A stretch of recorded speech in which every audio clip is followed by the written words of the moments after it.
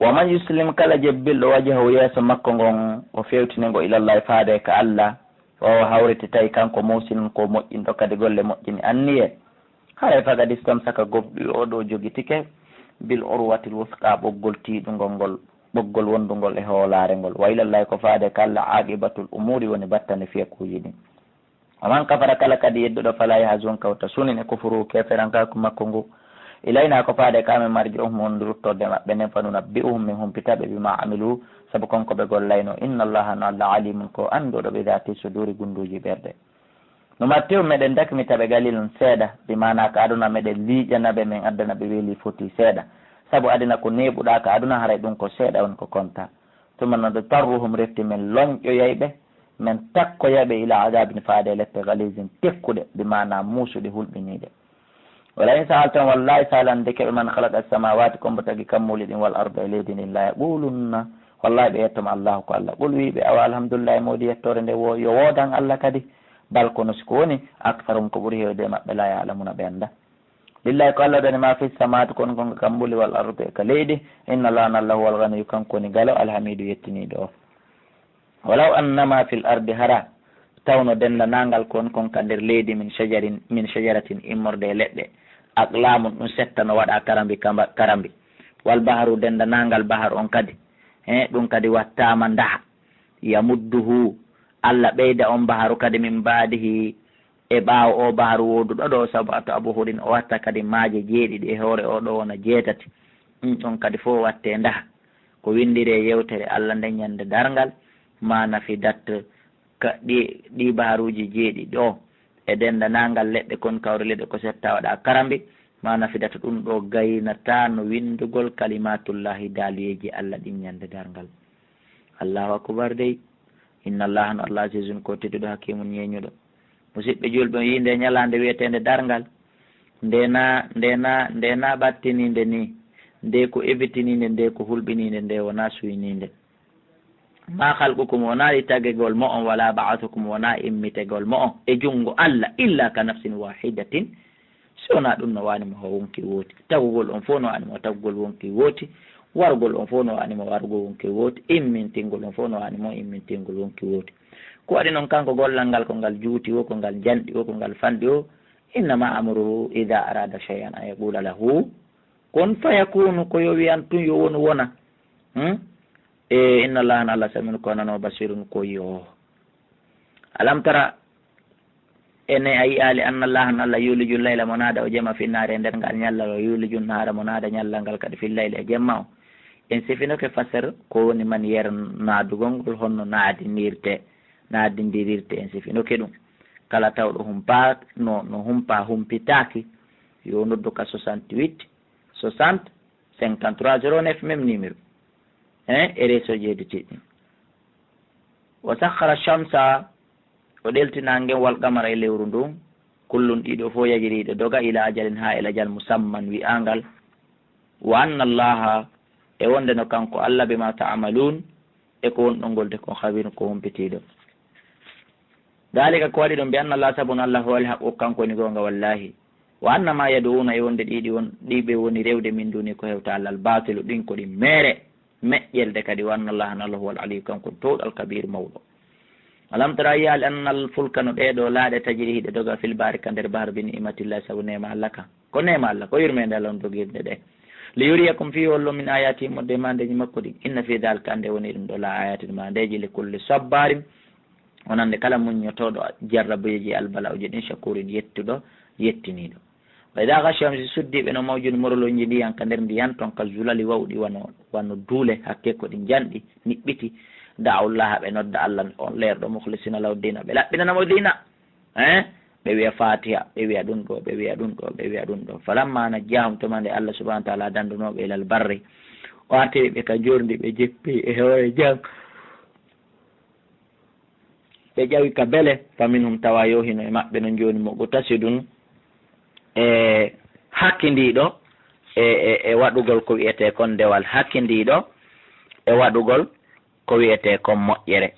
tawi noon ɗum ɗon hanano ka tawi ɗon allah turrewama ɗa noddama tawi ko noon ɓe hanno wadde ayi ko hakkidiɗo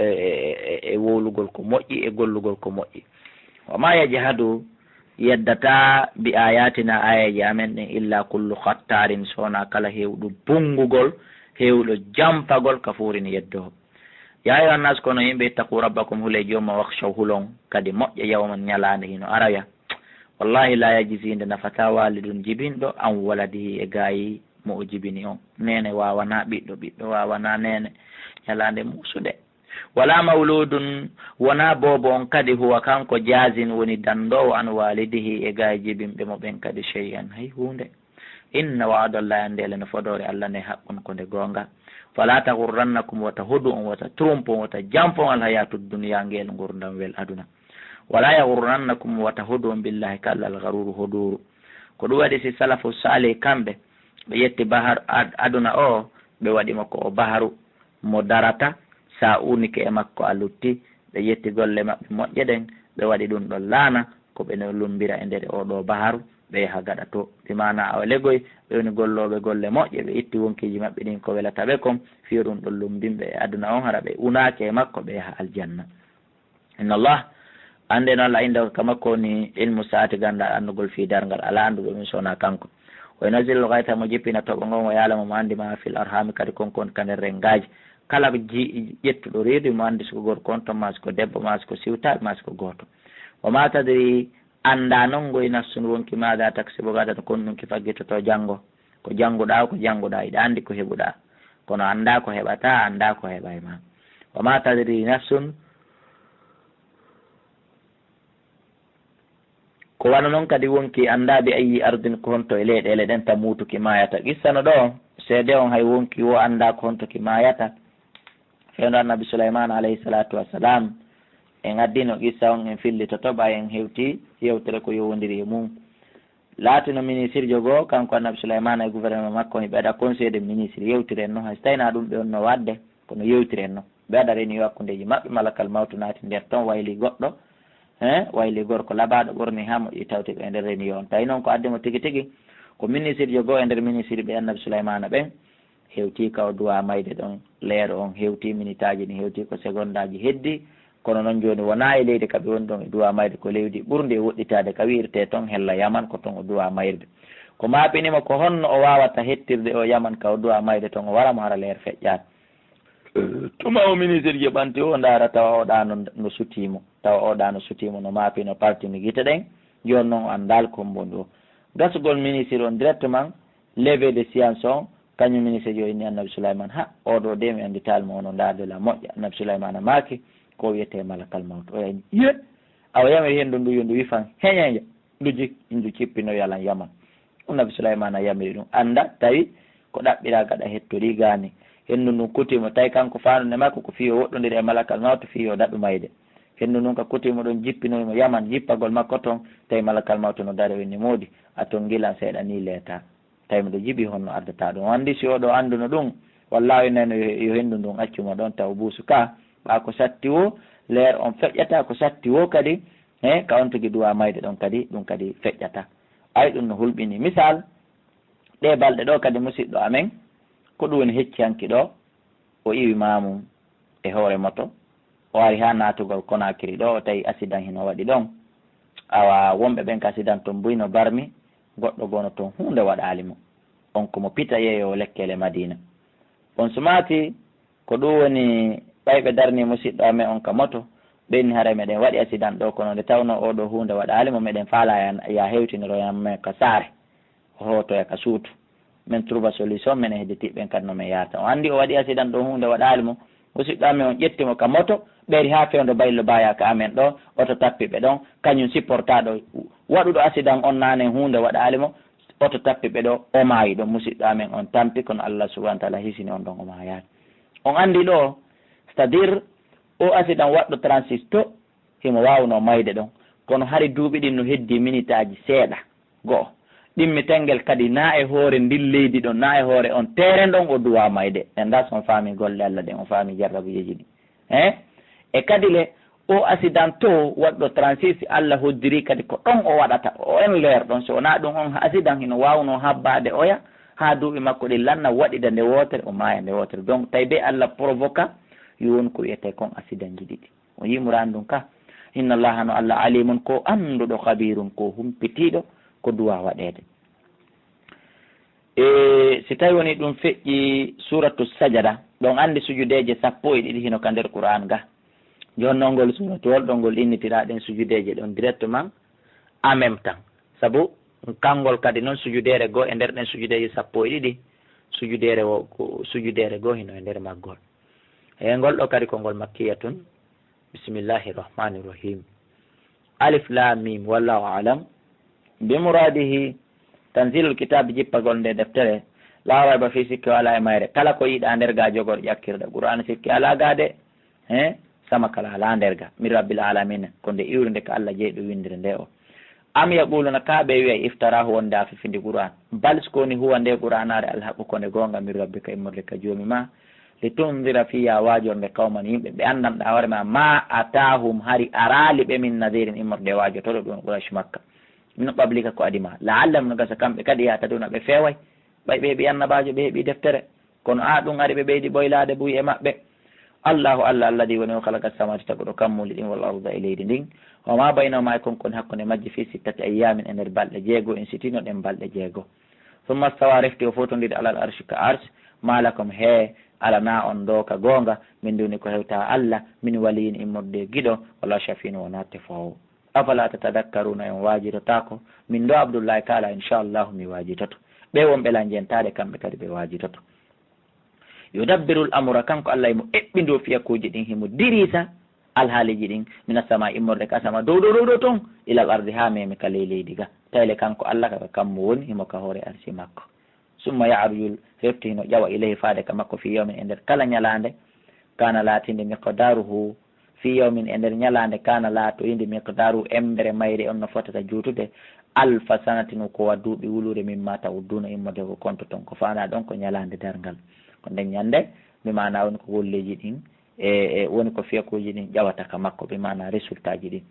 dalika o waɗuɗo ɗum ɗo o eɓɓuɗo ɗum ɗo alimul gaybi e nele ko ɗo ni anduɗo ko wirni wa shahadati andi kadi ko woni e kene oɗo Allahji subhanahu wa ta'ala goto woni ko andi ɗum ɗo anduɗo ko wirni andi kadi ko ɗum woni awa ko woni e kene. Al azizu kanko woni tedduɗo on arrahim kanko woni yurmeteɗo on yo Allah subhanahu wa ta'ala ittu ka teddungal makko o teddinayi yo kanko Allah subhanahu wa ta'ala yo ittu kadi ka yurmede makko o yurminayi. Summa ya'ruju ilayhi refti ƴawa ka makko mana malaika ɓen e nder ñalande nde eɓɓore mum fotata wono duuɓi wulure ko konto ton mina sinina duniya ɓe mana immorde duuɓi aduna.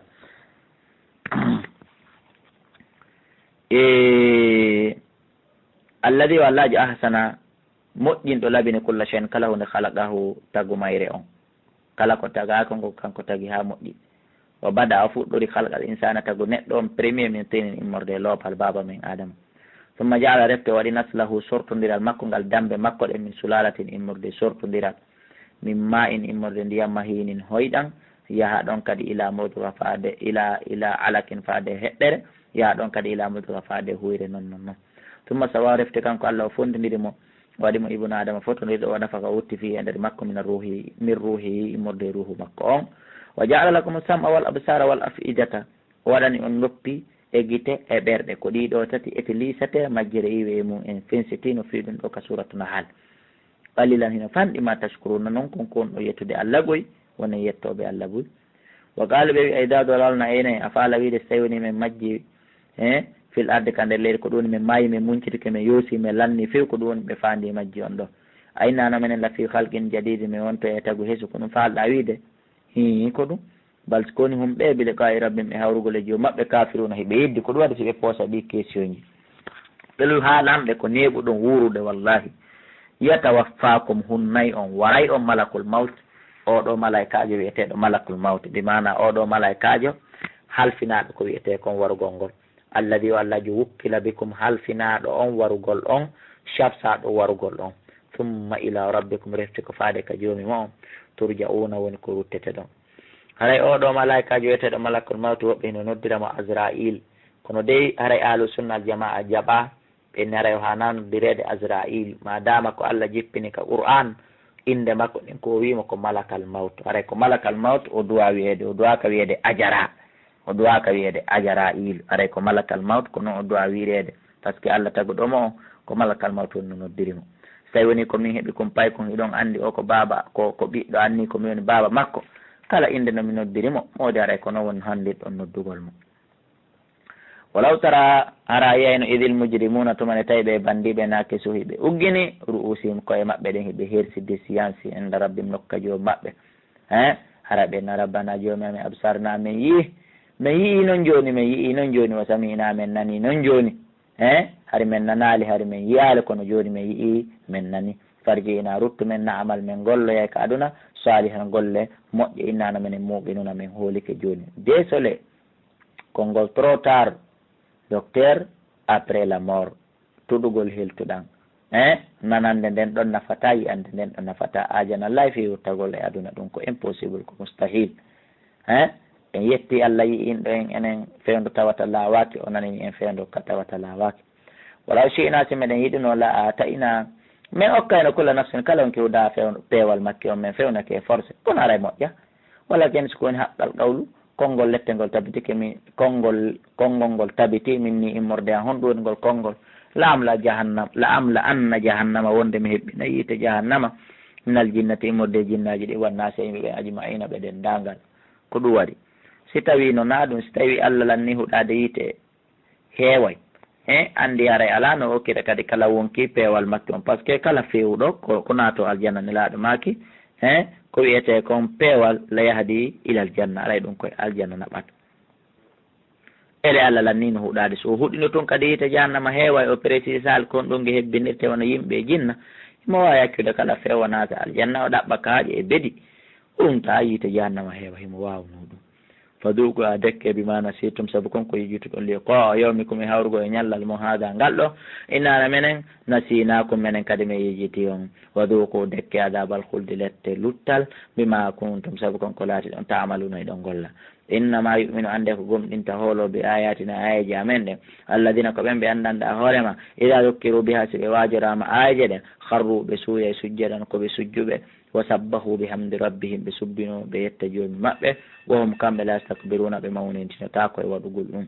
kamɓe tata jaafa hino woɗɗito junubum becce maɓɓe ɗen anil madaji e ga e walagol haaji maɓɓe ala e walagol jemma tertoɗen o walugol jemma ɗano musidɓe julɓe nelaɗo maki ala man khafa adlaja waman adlaja balahal manzila ala inna silatallahi ghaliya ala inna silatallahi ljanna maki kala hulɗo Allah tawi ko gonga o huuli lette yiite o luggina jemma mbimana o walay julude o walay janggude o walay wadde abitara ɓe maki kala lugginɗo jemma o hewtay ka o faala hewtude ɗon e place ji moƴƴi e poste ji moƴƴi ɓe maki kono ko wiyete kon marchandise Allah no satti prix saabu marchandise Allah ko wiyete kon aljanna ɗoygol ngol nokku ngol hikkade jomiraɓe gande ɓen simple aranane laaɗo ɓen holli e man istahabba al ula shahira layali o kala faalaɗo ɓantal faalaɗo towal foti noon hayko towal aduna tun hara lahara tawaka haray o hiira jemma o moƴƴa na ferema faalaɗo ko wiyete kon lahal e towal ko wiyete kon lahara yallah subahana taala okku en polgal okka en cellal okka en courage okka en softande okka en ɓuttu e sécurité no wawi lugginirde jemma mi torki Allah teddu tow ɗon yaɗuna rabbam ɓe nodda joom maɓɓe hawfan ko kullol o tama an e ka tamaw hiɓe rewa Allah ka kullol e ka tamaw ɓe mana kullol lette e tamaw aljanna mimma razaqnahum yo kay komi aski ɓe kon kadi yunfiquna ɓe ɓetta sadaka fala ta'lamu anda nafsun wonki ma ukhfiya lahum konko suuɗaniɓe min qurrati ayunin immorde ɓuuɓe dangita e welo welo guite awale goy ñande dargal jaza an ɗum ko jodde bima kanu saabu konko ɓe laati yamaluna heɓe golla faman kana mu'minan e kon laatiɗo gomɗinɗo ko gomɗinɗo Allah kaman kana fasikan watawa on fasiqijo ko julɗo tiggoy kono kanko ko fasiqijo ɓe fotata gomɗinɗo e fasiki fotata ɓe fof ɓe wi la ilaha illallah kono ɓe fotata Allah da la yastawuna ɓe fotata amma alladina amanu amma ɓen gomɗinɓe o amilu salati ɓe golli golleli moƴƴi falam no oɗen ɓe jannatul mawa aljanna werde nusulan ɗum ko jipporgal bima kanu saabu ko werde awale goy bima kanu saabu konko ɓe laati yamaluna ɓe golla wa amma alladina amma ɓen fasaqu fasiqiɓe fa ma'wahum werde maɓɓe nde annaru ko kande ɗi yiite kullama aradu tuma kandaɓe faala an yahruju nde ɓe yaltata minha ɓe wayi yite ngen ɓe ƴawa ha dow ka ɓe gaynata ɗon Allah polkitaɓe kadi o yiidu ɓe rutte fiha e nder yite ngen wa qila lahum ɓe wiyane duugu dekke adaban nar ko wiyete kon lette yiite alladi ɗen kuntum ɗe laati ɗon mbihi e muɗum tukadibuna hiɗon fenna Allah daale wala nudiqannahum wallahi min meeɗinayɓe min dekkinayɓe min al adabil aduna immorde lette ɓurɗe fanɗuɗe ɗen taw ɗum woni ɗe ka aduna dunal adabil akbari hara wona lette jane ɗen taw mi mana ɗe ka lahar komin adortaɓe meeɗinde ɗe lette tokko seeɗo laallahum kono gasa kamɓe yarjuna ɓe ruttoto e boneji ɗin min ittanaɓe lette janɗuɗe ɗen somi addi lette to sikoy koye hulɓinaali ɓe accal boneji ɗin ɓe avancé e boneji ɗin min adda noon kadi lette jane ɗen waman aslama ala fotuɗo towñude mimman dokkira ha hewtiti on wajuraɗo bi ayati rabbi aji yum makko ɗen tumma arada an ha refte o ɗurniɗe o tefali o landaki innano minen minal mujrimina immorde bandiɓe ɓe mun takke muna min lettayɓe feeri wo ala wala kada ata ina gomɗi mi hokki Moussa annabi Moussa alkitaba deftere nden fala takunu wa taala to fi miryatin e nder sikkitare min liqaihi immorde e hawrugol e Allah subhanahu wa ta'ala wa ja'alnahu min waɗi nde e hudan kono e peewal li bani Israil wonande bani Israil itti e sikki haalaka fi me en enen wa jaalna men waɗi min himɓe maɓɓe immatan hooreɓe yahduna ɓe no feewira bi amrina sabu yamirore amen nden lamma sabaru tuma nde ɓe muññino no jeeya musalman al farisi e ko nande so tawi ɗum wa kano ɓe laati kadi ɓe ayatinayaji amen ne yuqinuna hiɓe hooli hiɓe yanana ina maɓɓe wawɓe no inna rabbaka anduno jomma bi amri inna rabbaka anduno jomma huwa kanko yafsilu sendidiro o pensitaye baynam hakkude maɓɓe yawmal qiyamati ñande darga o yonita joom gonga o yonita joom fenade yallah waɗen hettoɓe gonga fima kanu fi konko ɓe laati yahtalifun fihi muɗum yahtalifuna ɓe lutodira ala daɗe awalam yahdilam e feñanali ɓe ɓanganali ɓe kam ko jelu heewi a halaknako min halki min qablem immorde ko adiɓe minal quruni immorde guireli ko ɗum woni ɓe andade yam suuna ɓe yaafi masakine men nder hoɗanɗe ɓen halkanoɓe ɓe wajito inna fi dhalika ande woni ɗum ɗo la ayatin madeji afala yasmauna e ɓe nanata awalam yara e ɓe yiyal annano minen suuqul ma meɗen sogda ndiyan ɗan ilal ardi min naɓa ɗan e leydi aljurusi yorundi fa nukhriju min yaltinira bi sabu ɗan ɗon ndiyan zar an ko wiyete kon guesel e remruji ɗum fuɗa mawna ta'kulu minhu ñaama e ɗum an amuhum kadi nemoraɗi maɓɓe ɗin wanfusum e wonkiji maɓɓe ɗin kamɓe tigi ɓe ñaama e mum ɓe yiyal ɗum afala bisiruna e ɓe ala yiide wa yaquluna ɓe innamata hadal fatu konte mon uddital makka ngal ngal wonɗa wolde fimu in kuntum so laati ko sadiqina ko gonga mo kul haalamɓe yawmal fathi wona uddital makka woni ko fanda e ɓe mana ko réponse on ko ɗum woni koɓe faandi lette ɗen Allah dal qul wi yawmal fathi ñalande uddital si ngal hewti la yanfa'u alladina nafata ɓen kafaru yedde ɓe imanuhum gomɗinal maɓɓe ngal hay e seeɗa wala hum ɓe wonali kadi yunzaruna walleteɓe ko ɗum woni nettinanteɓe ɗon kadi ko ɗum woni hay e seeɗa ɓe wonali nettinanteɓe ɓe wonali walleteɓe ko ɗum woni hay e seeɗa yo Allah subhanahu wa ta'ala on e dandu en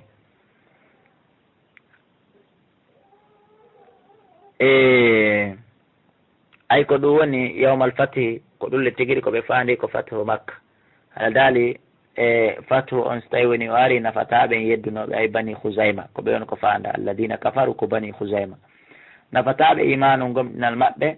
e ɓe immorde nafataɓe immorde gomɗinal